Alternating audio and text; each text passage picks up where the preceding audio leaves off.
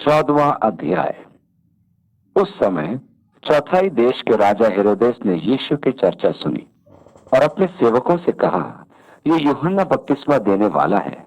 वह मरे हुए में से जी उठा है, इसीलिए उससे सामर्थ के काम प्रकट होते हैं।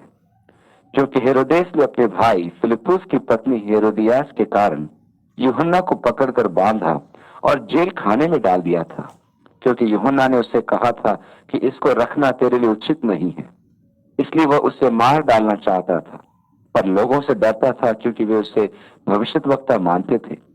पर जब हेरोदेस का जन्मदिन आया तो हेरोदियास की बेटी ने उत्सव में नाच दिखाकर हेरोदेस को खुश किया। इस पर उसने शपथ खाकर वचन दिया, जो कुछ तू मांगेगी मैं तुझे दूंगा। वह अपनी माता के उकसाने से बोली, यूहन्ना बपतिस्मा देने वाले का सिर थाल में यहाँ मुझे मंगवा दे। राजा दुखी हुआ, पर अपनी शपथ के और साथ बैठने वालों के कारण आज्ञा दी कि दे दिया जाए। और उसने जेल खाने में लोगों को भेजकर यूहन्ना का सिर कटवा दिया और उसका सिर थाल में लाया गया और लड़की को दिया गया, जिसे वो अपने माँ के पास ले गई। तब यूहन्ना के चेले आए और उसके शव को ले जाकर गाड़ दिया और जाकर यीशु को समाचार दिया। यहाँ हेरोदेस द्वारा यूहन्ना का सिर कटाने की कहानी है। इस हेरोदेस का नाम एंटिपास था। यह हेरोदेस महान का पुत्र था। हेरोदेस महान के अनेक पुत्र थे, जिनमें से 3 को हेरोदेस महान के अधिकार क्षेत्र के भाग दिए गए थे। इस हेरोदेस की पत्नी नेबेशियन राजा अरेता की पुत्री थी। जब वह रोम गया तब उसने अपने भाई हेरोदेस फिलिप से भेंट की और उसकी पत्नी के प्रेम जाल में फंस गया। उसने अपनी वास्तविक पत्नी को तलाक दिया तथा इस स्त्री हेरोदियास को गली ले आया। यूहन्ना बपतिस्मा देने वाला सीधा और स्पष्ट कहता था। उसने हेरोदेस को झिड़क दिया कि उसने अपनी पत्नी को बिना कारण त्याग दिया और अपने भाई की पत्नी से विवाह किया। ये दोनों कार्य व्यवस्था विरोधी थे। उसे इसकी कीमत चुकानी पड़ी, क्योंकि हेरोदेस ने कुपित होकर उसे बंदीगृह में इस विचार से डाल दिया कि उसे मरवा दे, परंतु जन सहयोग के कारण उसे मरवा डालने से भयभीत था। जोसेफुस इतिहासकार के अनुसार हेरोदेस उसे घात करना चाहता था, परंतु उसकी ख्याति मनुष्यों में ऐसी महान थी कि वह डरता था। हेरोदियास अंततः हेरोदेस के पतन का कारण बनी। वह एक चतुर और निर्दयी स्त्री थी, और क्योंकि यूहन्ना ने उसके विवाह के विरुद्ध आवाज उठाई थी, वो उससे बदला लेने के लिए दृढ़ संकल्प थी। जब हेरोदेस अपने जन्म दिवस का उत्सव मना रहा था, तब हेरोदियास ने अपनी पुत्री सलोमी को, जो लगभग 16-17 वर्ष की थी, अतिथि गणों के सामने नाचने के लिए कहा। इससे ही पता चलता है कि हेरोदियास कैसी पतित स्त्री होगी।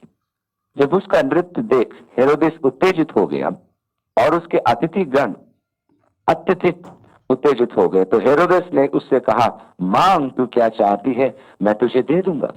उसकी माता ने उससे कहा कि यूहन्ना बपतिस्मा देने वाले का सिर कटवाकर थाल में मांग ले।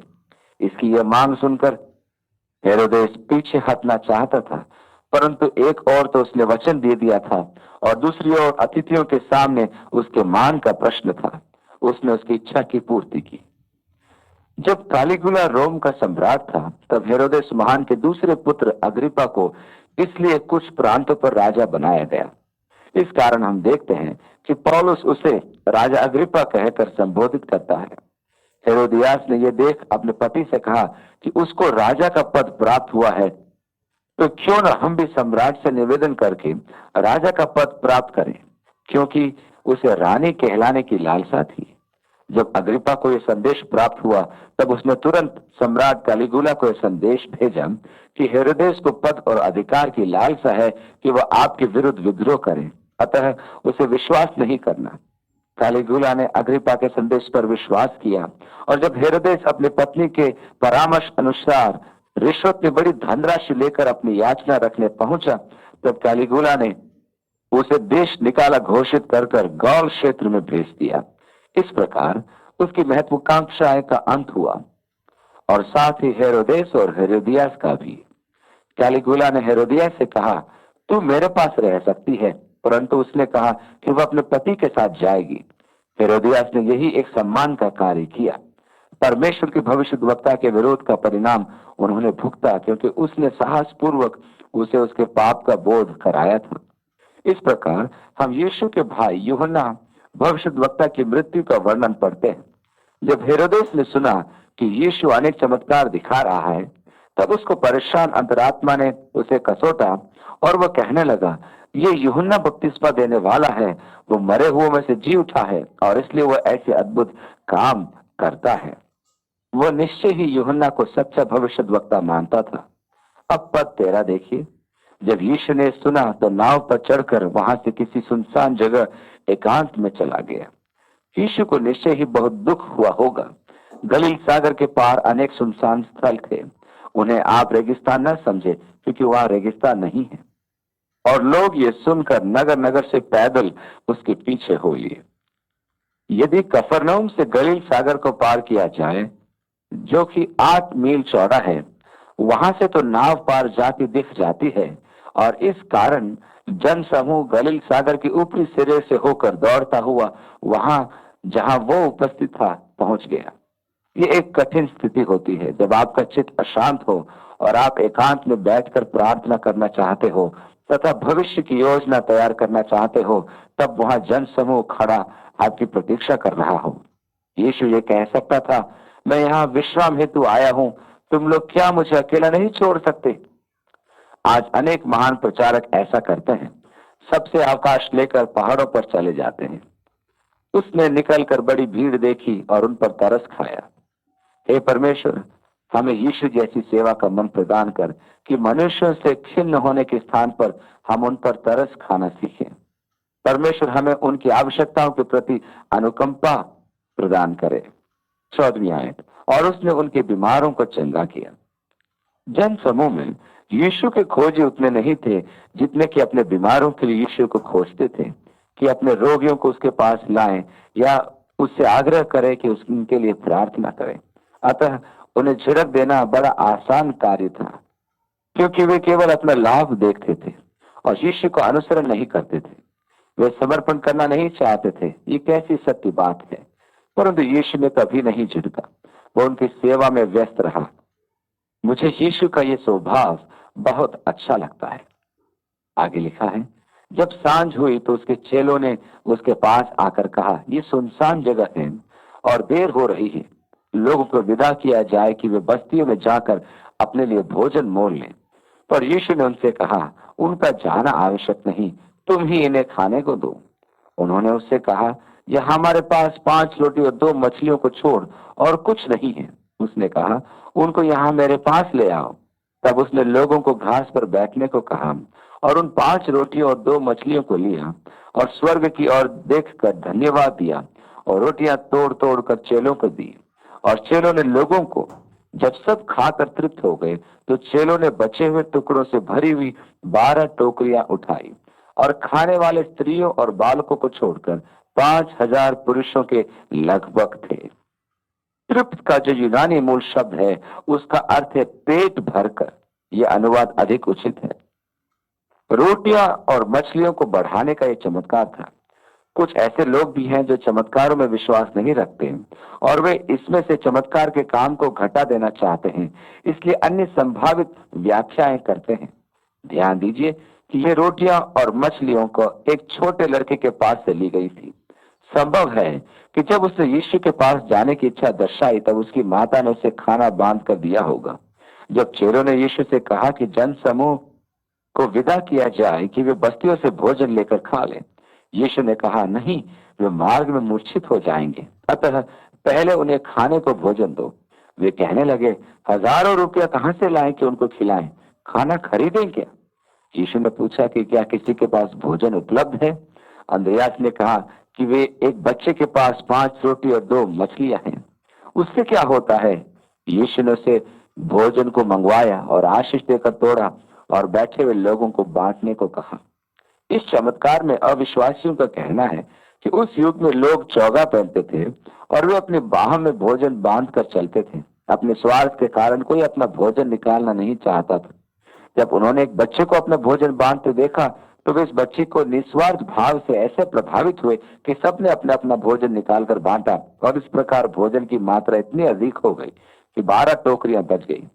ऐसी व्याख्या अनुचित है, क्योंकि परमेश्वर ने ऐसे टीकाकारों के लिए अग्नि कुंड तैयार करके रखा है। 22वीं आयत। और उसने तुरंत अपने चेलों को बरबस नाव पर चढ़ाया कि वे उससे पहले उस पार चले जाएं, जब तक कि वे लोगों को विदा करें। उसने शिष्यों से कहा कि नाव पर चढ़कर दूसरी ओर जाओ, जबकि वह जन समूह को विदा करता है। 23वीं आयत, वह लोगों को विदा करके प्रार्थना करने को अलग पहाड़ पर चढ़ गया और सांझ को वहां अकेला था। यहाँ ये जान लेना महत्वपूर्ण है कि यीशु के लिए मानसिक और शारीरिक रूप से ये एक कठिन दिन था। उसके भाई यूहन्ना का सिर काटा गया था, जिसके कारण वह मानसिक व्यथा में था। इसलिए उसके लिए यह आवश्यक था कि वह एकांत में समय व्यतीत करे। गलील सागर पार करने का यही कारण था। परंतु जन समूह सागर के ऊपरी तट से भागता हुआ उससे पहले वहां जहां पहुंचा था और यीशु ने पूरा दिन उनकी सेवा की। इस प्रकार वह शारीरिक रूप से भी शांत हो गया था। वह विश्राम कर सकता था, परंतु उसके जीवन में प्रार्थना का महत्व सबसे अधिक था। परमेश्वर का पुत्र होने के बाद भी यदि उससे प्रार्थना की आवश्यकता होती थी कि अपने कष्टों पर शक्ति पाए, तो हम जो दुर्बल और बलहीन हैं, हमें अपने जीवन में प्रार्थना की कितनी आवश्यकता होनी चाहिए कि परमेश्वर से बल प्राप्त करें।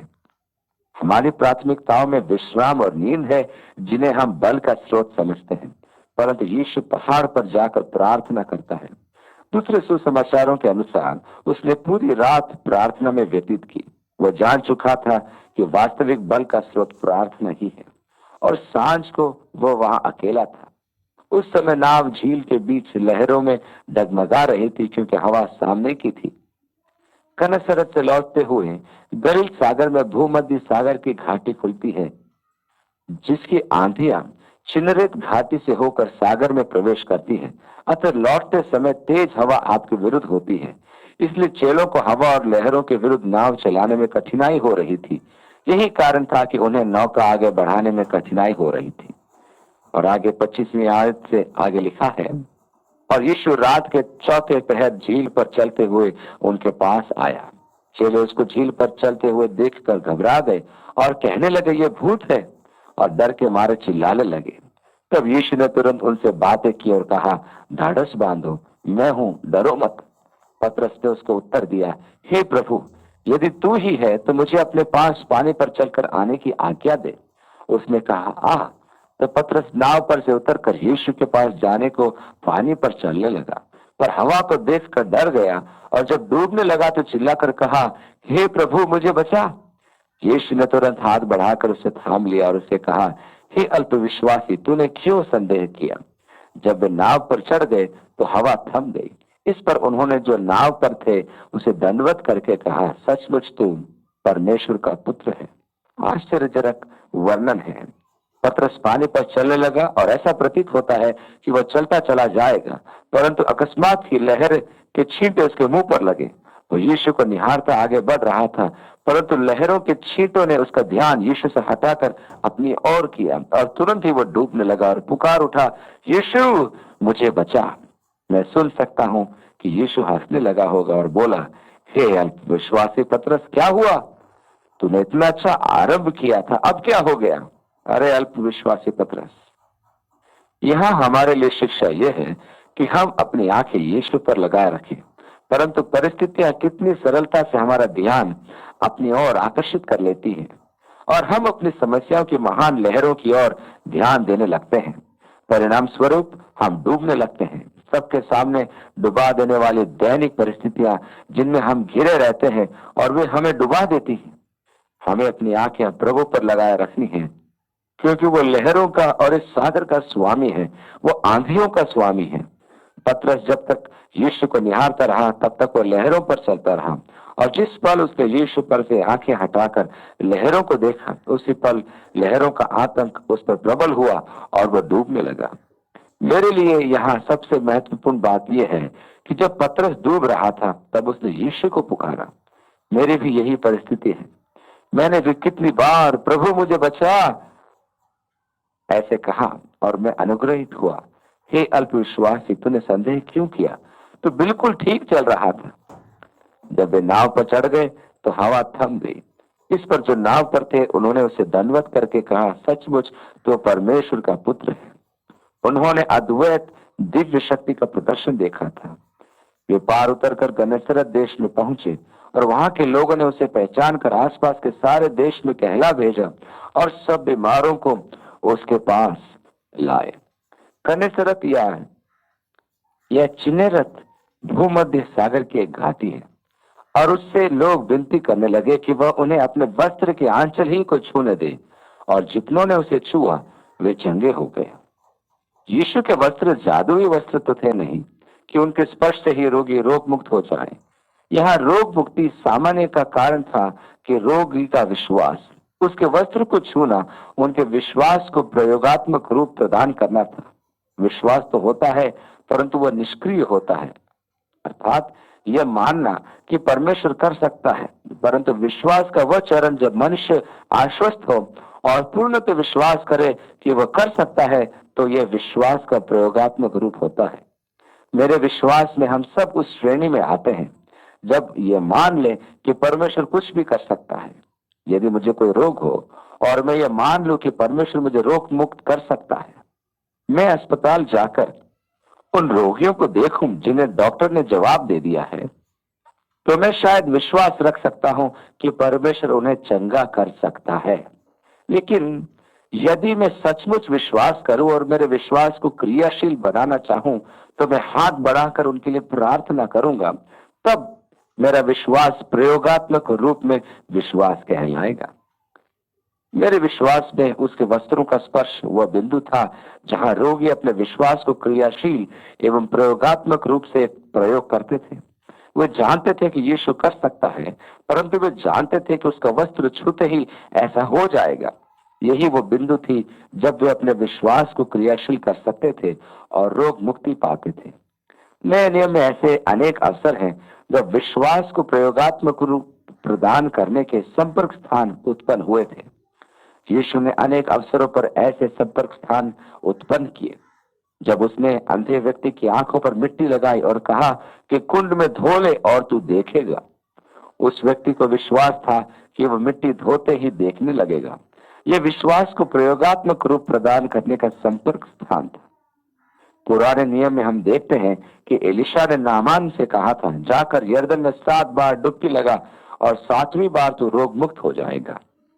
पौलुस के साथ क्या होता था? रोगी के संबंधी उसके वस्त्रों को ले जाकर रोगियों पर रखते थे और रोगी रोग मुक्ति पाते थे। लोग रोगियों को मार्ग के किनारे पर रख देते थे कि उसकी परछाई गिरने से ही रोगी रोग मुक्त हो जाए। उसकी परछाई विश्वास को प्रयोगात्मक रूप प्रदान करने का संपर्क बिंदु थी। हमें अपने विश्वास को भी किसी न किसी प्रकार प्रयोगात्मक रूप प्रदान करना है, जिससे कि हमारा विश्वास क्रियाशील हो जाए। यीशु के नाम में आमीन।